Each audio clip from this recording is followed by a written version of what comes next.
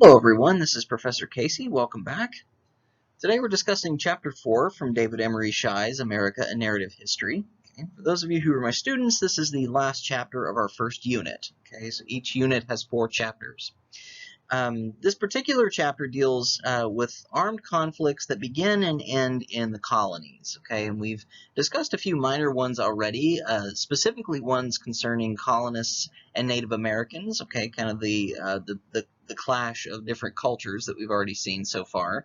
But this chapter deals primarily with European colonies that are now at odds with one another. Okay, and this is something that seems to be kind of an inevitable thing at this point. Okay, we've had several different countries now that are already beginning to establish colonies in the New World, and over time their interests end up overlapping one another. Okay, and so they end up coming into these armed conflicts like this. Okay, so this is still before we get to the American Revolution. Okay, so we're not quite there yet. We'll get there in the next chapter. But for the purposes of this, we'll look at kind of some of the events that serve as the build-up to it. So to kind of set the stage here, like I said before, we've already got several different European countries that are at odds with one another when it comes to establishing colonies in the New World. Okay? And by the time we get to the 18th century, which is the 1700s, we're now in the midst of several different waves of warfare in mainland Europe and even in Britain to a certain extent that ends up bleeding over into the colonies and starts to affect the people living in the New World just as much, if not more, than it does the people living back home in Europe. Okay, and so some of this ends up being kind of the fallout from wars that have already been going on for a few years, and some of them actually begin and end in the colonies, as we'll see. We've already seen religious warfare taking place in Europe. Okay, we've already got Catholic nations in the form of Spain and France. Okay, these countries remain devoutly Catholic in many ways all the way up until the present. And then on the Protestant side, we have Great Britain and the Netherlands. Okay, and the Netherlands at this point has been independent from Spain since the 16th century. Okay, so this is, or I beg your pardon, 6th to 17th century. And the Netherlands are the Dutch. Okay, this is modern day, Holland, that whole region. Okay. In the previous century, though, the entire enterprise in terms of getting colonies is to try to establish some form of dominance against other world powers. Okay, to try to prove one's own nation to be more powerful than everyone else. Okay, and now that we've gotten past that point, we're now arriving at that level where everything is kind of coming to blows. And Spain and the Netherlands at this point are in the process of declining. Okay, Spain, as we've already seen, has begun to lose authority in the New World for a multitude of reasons. Okay, primarily because the Spanish Empire is beginning to go bankrupt. It's starting to spread itself a little bit too thin, trying to, get into these colonial enterprises, primarily trying to gain gold. Okay. It's had armed conflicts with Native Americans who have risen up in several cases. The Spanish have already been completely kicked out of New Mexico, with the Pueblo uprising. And of course, we've got all the religious warfare taking place in Europe, which is also bleeding Spain dry. And the Netherlands have really just kind of been inched out of the way, primarily because of the efforts of Great Britain when it comes to colonizing. Okay, Great Britain has had more success than the Netherlands have.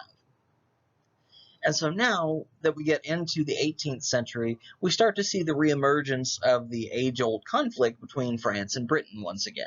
Okay, and these two countries have been at odds with one another since the Norman Conquest in 1066. Okay, so this is a long-running conflict that really doesn't end up going away in terms of a major rivalry between the two countries, really until the First World War.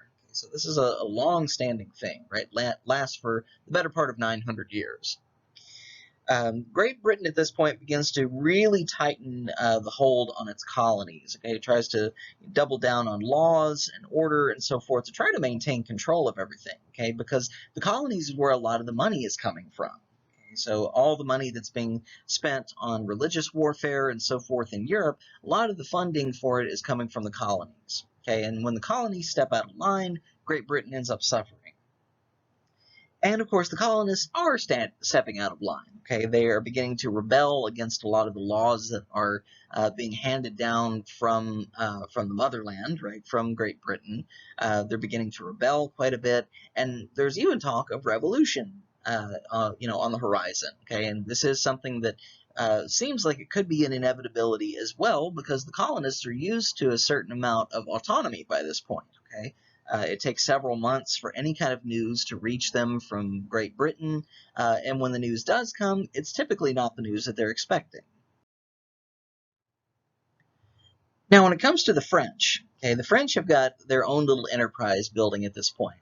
It begins in the form of Samuel de Champlain, who you see here, okay, and he's the first European to explore the Great Lakes region of North America. And we've already had, one or two explorers who have come to the New World who are French by this point, but Samuel de Champlain is really the first one to get far enough inland to actually reach the Great Lakes. Okay? He's also credited with discovering Quebec, okay, in 1608. And Quebec, the name simply means where the river narrows. Okay, and if you look here on the map, kind of on the eastern coast of New France, this blue region, okay, this little point that comes in is the St. Lawrence River. Okay, this is what leads directly into French Canada today. Okay, and Quebec is right at the very tip of the point. Okay, right, literally where the river narrows. And by this point, it's worth noting, too, that the French have control of most of eastern Canada at this point. They control most of the Caribbean as well. Okay, a lot of islands in the Caribbean are French colonial outposts, or trading posts, as the case may be. And, by the time Champlain comes around, right, the French managed to gain control of the Great Lakes region all the way down into the western Appalachian Mountains. Okay, so they have a very large swath of territory, easily twice, if not three times the size of what Great Britain has in terms of colonies. And Champlain remains the governor of New France all the way until his death in 1635. Okay, and his entire desire here is to try to establish some sort of stable commercial colony through fur trade, okay, primarily by establishing fur trade with the Native Americans so that this fur can then be sent back to France, be processed and turned into a valuable commodity. Okay, and again, the French don't really realize as much, as the rest of the Europeans do at this point either, that the Native Americans are not really all that interested in European commodities. Okay, in a couple of instances they are when it comes to firepower and so forth, but when it comes to commercial items, they're not that interested. Okay. The method that the French use too to get in on the native fur trade is to hire what they refer to as courrier de bois. Okay, and this is a French term that translates to vaguely as mountain men. Okay, they send these fur trappers into native tribes to assimilate. Okay, they end up in some cases marrying into the tribe. They have children of their own, and they kind of learn native methods for doing this. Okay, for trapping animals and so forth. And really, they're out to do it to make money. Okay, they're not necessarily out to live in perfect harmony with the natives. Okay, and so this is what causes friction over time among the French and the natives, although there's not as much as there is between the British and the natives. When 1663 comes around, Louis XIV of France ends up changing the form of the French government in the New World into a proprietary colony, essentially, led by a governor general. Okay, now he's wanting a profit-based economy rather than just one that is, just kind of an outpost of sorts. Okay, he doesn't want it to be a frontier anymore. Now he wants to actively make money off of it. Okay? And so anybody who is a citizen of New France at this point, who is a French, a French resident of the area, suddenly has no political rights to speak of. Okay, there is no elected legislature to speak of, and individuals who live there are not allowed to hold any kind of meetings without permission. Okay, so just to try to kind of keep a firm hold over the individuals living there. And most of the individuals who come to New France during the 1660s are either soldiers or settlers. Soldiers to try to quell native uprisings and to try to stem the tide against the English, and settlers, of course, just to settle the region. And to lord over the settlers in particular, the French send seigneuries. Okay, and seigneuries are, or seigneurs, I beg your pardon, seigneuries are the land grants that are actually given over to aristocratic individuals who want to live in the region. Okay, and this allows them to, cultivate the land, to build large settlements and so forth. And the seigneurs themselves are the lords, okay, the landlords for the tenants who don't have any money. Okay, so it's very, very similar to what we've already seen in the English colonies to a certain extent. Okay, you have a landlord who owns the property, the tools, any facilities, and so forth, and then the settlers are the ones who act kind of as the peasant class, okay, who end up working there. Now, when we get to the 1670s, the French explorers are finally beginning to discover the mouth of the Mississippi River, and they end up following it south. Okay? And the first individual to do this is a man named René Robert Cavelier, okay, and the man who we now know as Sieur de La Salle. Okay, and La Salle is the one the first European to reach the Gulf of Mexico via the Mississippi River.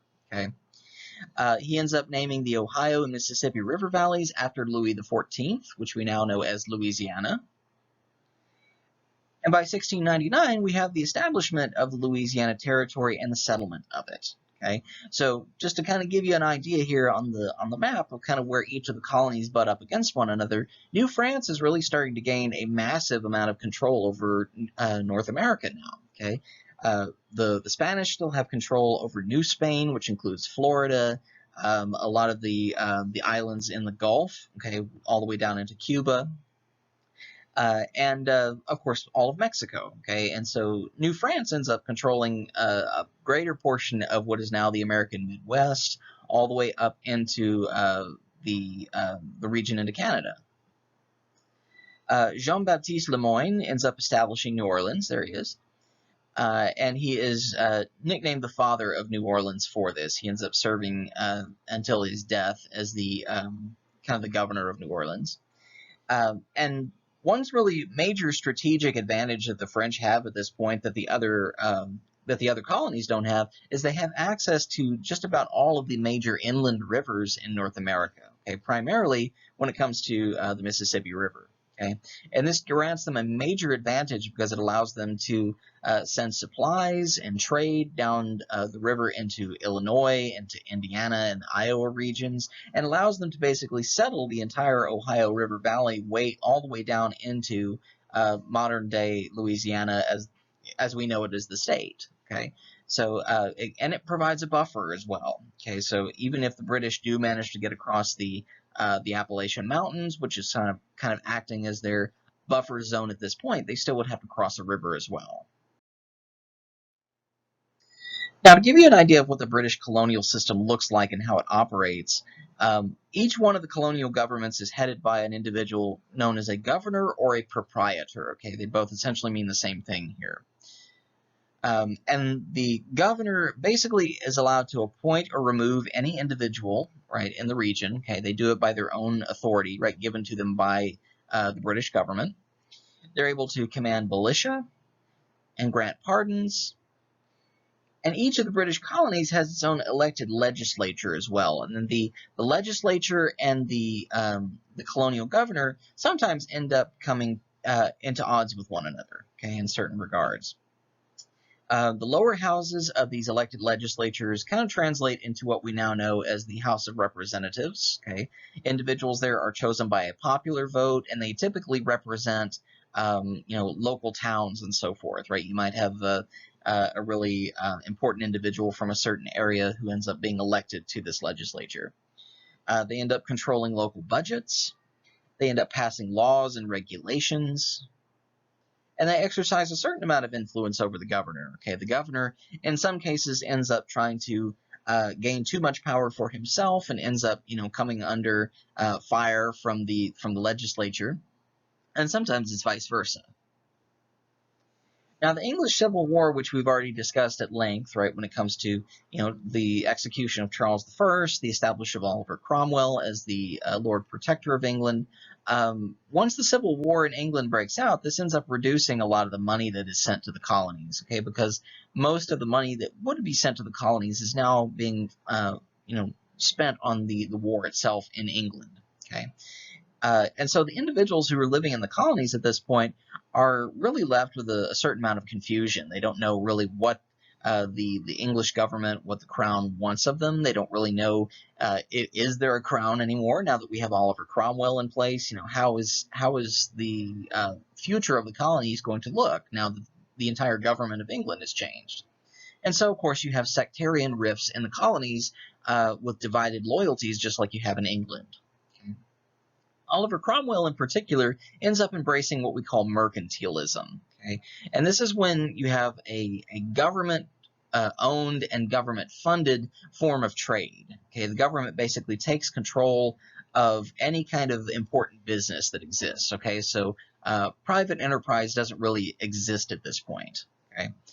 Or at least it is. It's very heavily monitored. We'll put it that way.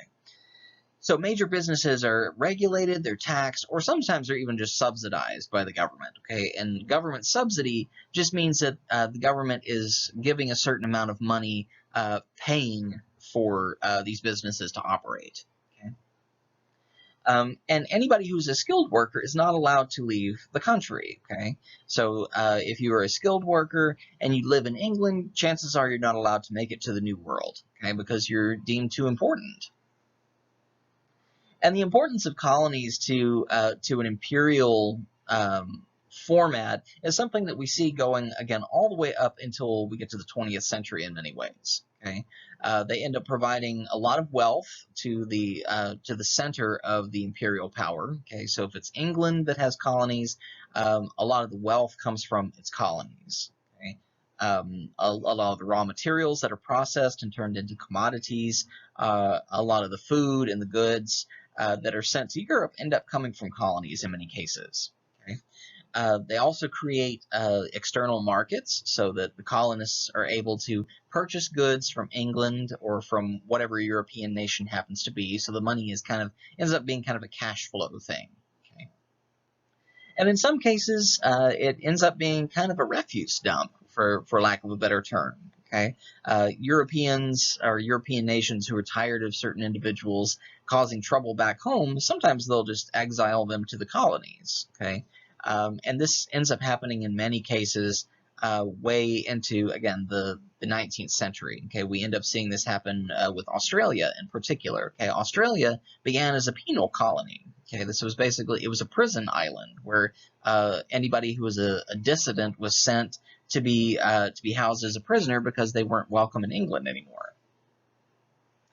And if nothing else, it ends up eliminating competition. Okay, so if you are an individual who is at odds with your neighbor, if you both work in the same discipline, right? If you're both really accomplished blacksmiths or woodworkers or whatever, one of you might end up packing up and going to the colonies just so you can corner the market.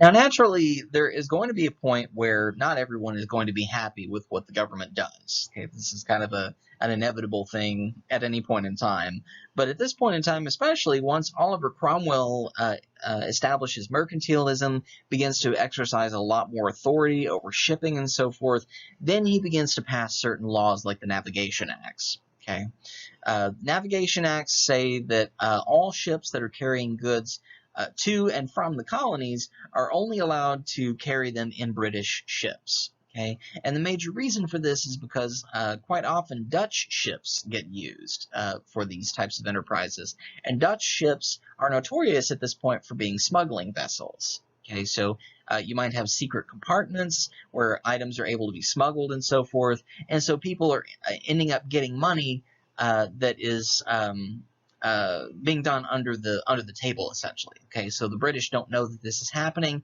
and people are essentially cheating on taxing. Okay, money and items that are shipped in British vessels all have to be taxed. Okay, but if you're smuggling something, you're skimping out on having to pay taxes. By 1660, there's certain colonial products like tobacco, for instance, that are restricted in terms of where they can be sold. Okay, so some of them can only be shipped to England or to other English colonies. And a few years later, we have the Staples Act. Okay, this is what says all shipments that go from Europe to America have to be unloaded and taxed before they are actually sent to the colonies to make sure that they're not meeting up with, that they're not meeting up with another vessel along the way, that everything is itemized, and that people know exactly what to expect on a manifest when it actually arrives. Okay, again, this is trying to curb smuggling to a certain extent, but it is very, very difficult. Okay. And as you can imagine, the colonists are not satisfied with this because of all the red tape, if nothing else, but also because a lot of colonists are involving themselves in smuggling. Okay, and they're realizing that they're losing money by having to follow these laws. By 1678, the Massachusetts legislature declares the acts to be without legal standing and are actually in full opposition now to the crown. Okay. And King Charles II reacts to this by completely revoking the Massachusetts Royal Charter unless they behave. Okay. A year later, James II ends up reorganizing New England into the Dominion of New England, meaning that it's under more direct control by the crown. And he actually ends up sending a colonial governor named Sir Edmund Andros to actually take control of the colony and bring it to heel. Okay? And Andros is very unpopular. He ends up removing a lot of the civil rights for the Massachusetts Bay colonists. He imposes more taxes. He mandates that Anglicanism be the only religion practiced. Okay, remember, Massachusetts Bay is the region where the Puritans and the Separatists and the Congregationalists are. Okay, so this is a region that is already trying to get away from all this, and so him coming over and doing this is even more distasteful to them. And of course, he also ends up punishing a lot of the smuggling that goes on.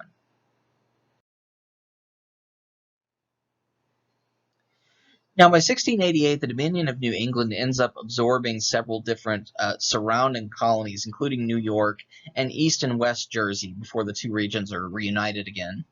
And this happens several months before the Glorious Revolution ends up occurring in England. Okay, so a lot of these regions are still at odds with one another, even in terms of loyalties. Not everybody agrees with what's going on. And in 1689, the colonists used the Glorious Revolution as an excuse to arrest Governor Andros and actually, hold him hostage for a while, trying to return their colonies back to an independent status. Okay, because again, they don't like the fact that England is trying to exercise authority over people. And of course, William III and his wife Mary, they end up allowing all the colonies except for Plymouth and Massachusetts Bay to restore their status. Okay, in 1691, a new royal charter ends up uniting Plymouth and Massachusetts Bay into a full-size Massachusetts Bay colony. Okay, and he does this essentially again to try to consolidate power. Okay, William and Mary do. And so all new royal governors are now sent to a lot of the colonies, including Massachusetts, New York, and Maryland, to try to end any rebellion against the crown. Okay, because again, now we're starting to see kind of a ripple effect, right? Anytime a major war or revolution occurs in England, it has repercussions in the colonies. Okay, so there's new power given to the royal governors to veto or remove church membership as a requirement to vote. And in the midst of all this, while all these major conflicts are going on, the philosopher John Locke ends up publishing what he calls two treatises of government. And this is where he says that humans have a form of natural rights and rights that are inalienable, okay, ones that we have from birth, because he believes we are created by a divine being, and he says that any major monarch that claims to have a divine right to rule is simply wrong, okay, that we are all actually created with a certain amount of equality. And he argues that individuals, right, people who are citizens of a certain country, subjects of a king, have the right to overthrow a ruler if the ruler is corrupt and change the government altogether. Okay, and so we kind of see what direction this is heading in now. Okay, John Locke's treatise or treatises actually end up becoming a major basis for what we see happen with the American Revolution. Now, another conflict that ends up arising, again, still several decades before the American Revolution, is something known as King William's War. Of course, William and Mary are still king and queen of England at this point, okay? And they are considered sworn enemies of Louis XIV of France, okay? Louis XIV is known as being an extremely extravagant king. He is the king of England at the time that the Three Musketeers story is told.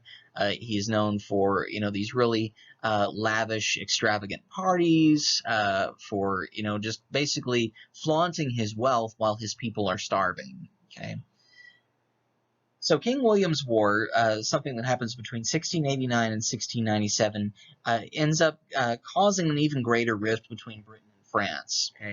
And it's worth noting, too, that King William's War in Europe is known as the 9 Years' War, okay? This is it's got its own nickname there because in the colonies, people refer to it as the King's War, okay? They try to distance it, okay? But the 9 Years' War, they refer to it as that in Europe. And this ends up basically uniting all of the major European powers against France. Okay, so Great Britain, the Dutch Republic, Spain, and the Holy Roman Empire. Okay, the Holy Roman Empire is modern day.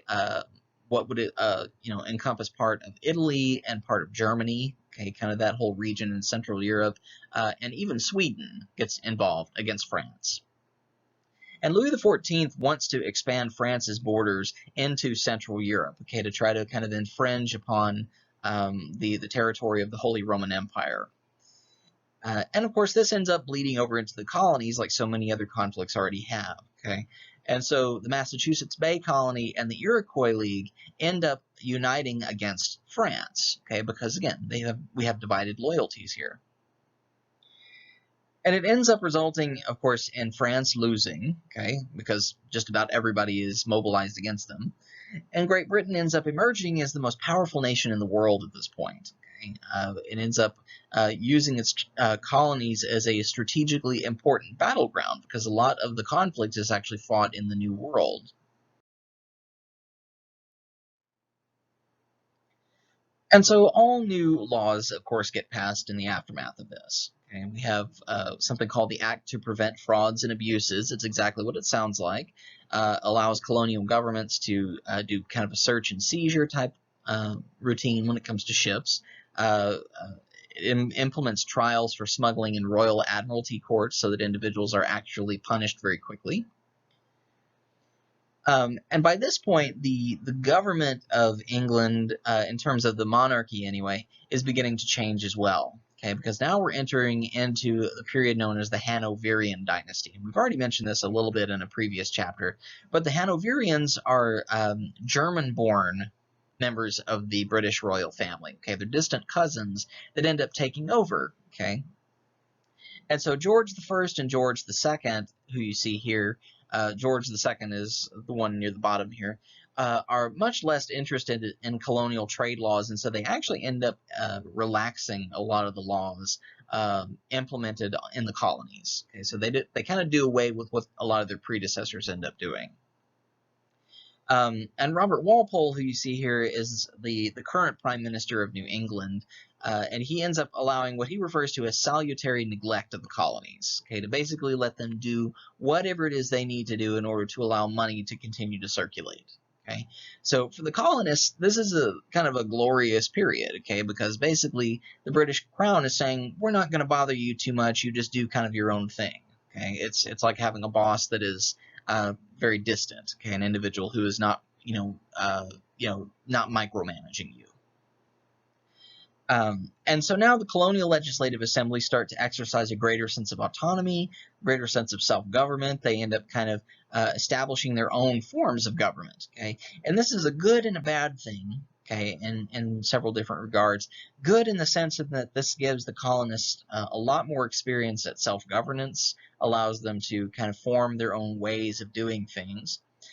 But bad in the sense that once certain successors come to the English throne later on down the line and realize that the colonies need to be brought to heel, okay, the colonies have now been experiencing so much autonomy for so long that they feel they have the right to be fully independent.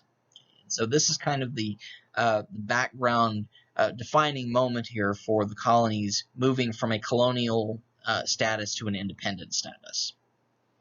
So all landowners now can vote. Okay, there's a greater ratio of colonies, or greater ratio of landowners in the colonies than there are in Europe. Okay, so more people have greater equality, greater freedoms in the colonies than they do back in Europe.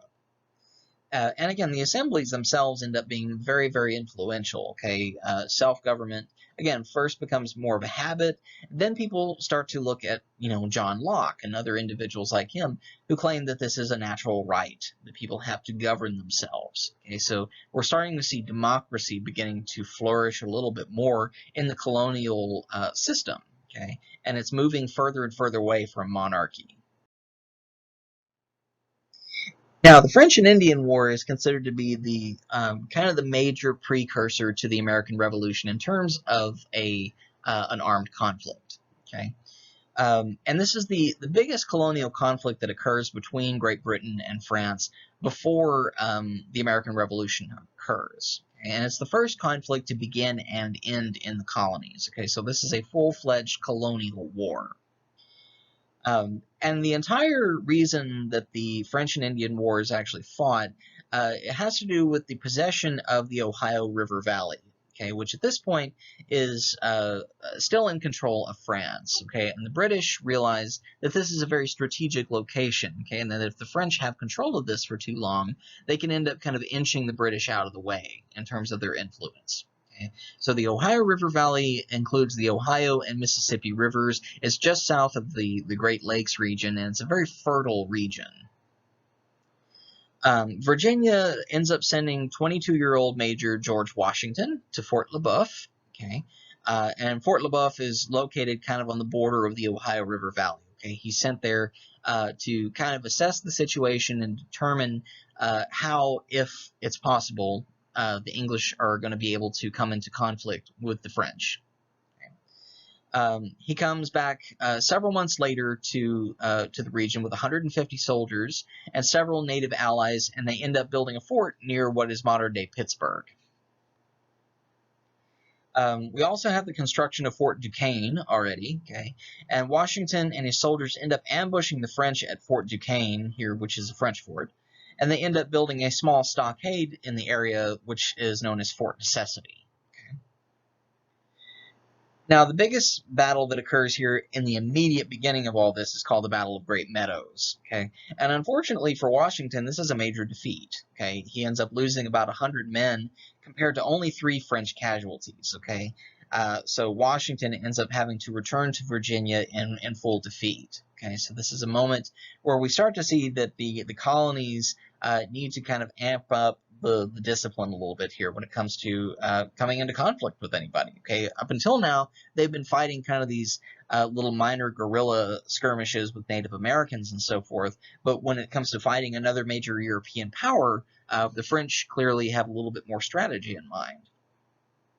And so Washington and the Virginians end up going home in 1754 with the news that they have to do better, essentially.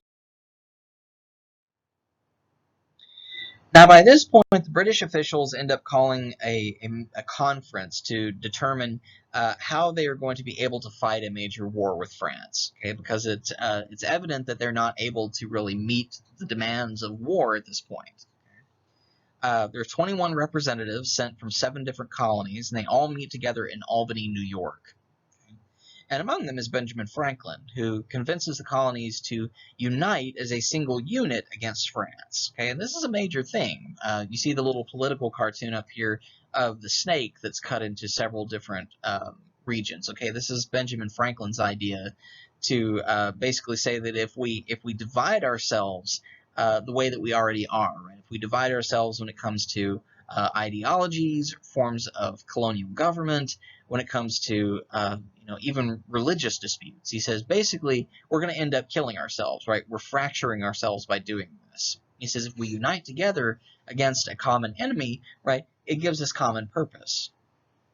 And so 11 colonies end up combining and are led by a king-appointed president, is what the entire idea is. Okay. to basically unite these colonies together into a single, almost a single country. Okay, and of course this is something that is very, very remarkable. I mean, looking at it in hindsight, this is the basic concept for what we currently have in America. The idea is to have between 2 and 7 delegates sent from each colony to a Grand Council with legislative powers. Okay, and this Grand Council, again, is kind of the template for what we see happen with Congress. And any jurisdiction over native affairs is given to the Union itself, okay, a federal government, so to speak, which even today has jurisdiction when it comes to native affairs. And of course, this is considered to be an extremely radical idea at the time, and so radical that it's too ahead of its time. Okay, so ultimately, people end up refusing this because there's no guarantee that everybody is going to agree with what Franklin is coming up with here. Okay, there's no guarantee that everyone is going to play nice, right? Not everybody has the same idea of uniting the way Franklin does. And he later says that if we had adopted this ahead of time, right, we might have been able to prevent the American Revolution from occurring. And we might have been able to break away more independently. We might have still been part of Great Britain, but we would have been able to carry on a little bit more peaceably. And eventually, of course, this is used as a model for what is known as the Articles of Confederation, which we'll talk about once we get into, I believe, the next chapter. But the Articles of Confederation is essentially the temporary form of colonial government before the establishment of the actual United States government for the first time. Now, the first wave of attacks that the British end up accruing here happened against the French forts defending the area called Acadia, which you see up here. Okay, Acadia is the region just involving part of Upper Maine and into eastern Canada here, French Canada. And the Acadians end up fleeing into the Louisiana territory, the individuals who are kind of the French-born individuals living there. And their descendants, the individuals who live in Louisiana who are descendants of the Acadians, are known as Cajuns. Okay? This is kind of a pidgin language version of Acadians. Acadians, Cajuns, there it is. And so the Ohio River Valley is suddenly targeted again by the British for capture, right? They start to realize that now that they can kind of push the Acadians out of eastern France, maybe they can move down into the Ohio River Valley again and be a little bit more united. Okay. Problem now is that we have a major influx of British redcoat soldiers, okay? And the redcoats are just like the individuals you see here in the background, okay? They're called redcoats because they wear red coats. Okay, and the redcoats they become problematic because of how to feed them, how to house them, and kind of the presence that they end up having in the colonies becomes a little bit abusive over time. The French allied natives end up attacking a lot of British settlements in response to this, all up and down the colonial frontier. Okay, so in Pennsylvania, in Maryland, Virginia, and of course we end up having kind of another little back and forth scenario here of reprisals, okay, where British colonists end up attacking the natives, and so suddenly the Native Americans are getting involved. Okay, and this is why we refer to this as the French and Indian War, okay, because the Native Americans end up being used kind of as a tool fighting back and forth between the British and the French. And so in 1756, the Protestant English and the Catholic French end up declaring war on each other once again, okay, and this is, by this point, easily the 10th or 12th time this has occurred, again, since 1066. And so now this is referred to in Europe as the 7 Years' War. Okay, this is the first actual quote-unquote world war that has ever happened, where there are actually 4 major continents and 3 oceans in which this conflict is fought. And we have about 45,000 British troops and American militia that end up capturing several forts all up and down the frontier in the Ohio River Valley, including Fort Ticonderoga, Crown Point, and Niagara. And in 1759, Quebec is actually captured by the British. Okay, and this is a major victory because, again, Quebec at this point is kind of the capital of New French territory, at least in the Canadian region. Okay, so the British now have a major advantage. In 1760, we have another wild card that's thrown in there because George II ends up dying very unexpectedly. Okay? And George II is kind of the last Hanoverian king to exercise this sense of salutary neglect to the colonies. Okay, he has been, kind of gracious in his ability to kind of push away any need to micromanage things. Okay, and so his successor is his grandson, George III. Okay, and George III is the first Hanoverian British king who was born and raised in England. Okay, so he has a very different cultural upbringing. He has a very different set of disciplines that are attached to him. And so now he is beginning to really clamp down on the colonies here. And so what we have next is the Treaty of Paris. Okay? And there are multiple treaties of Paris that occur all throughout American history. But the Treaty of Paris, this first one in 1763, is what ends up ending the 7 Years' War. Okay?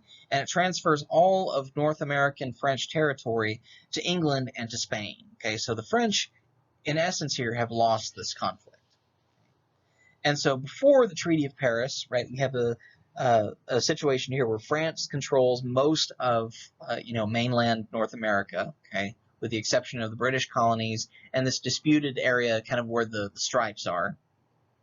And in the aftermath, suddenly it's evenly divided between Great Britain and Spain, okay, with the Mississippi River being the essential boundary between Great Britain's territory and Spain's territory. Okay? And the French now have no control to speak of.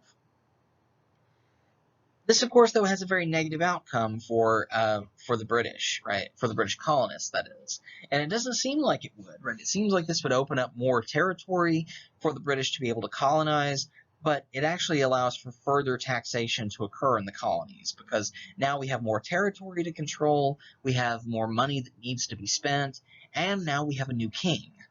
And this new king is eager to really keep a very firm hand on the colonies.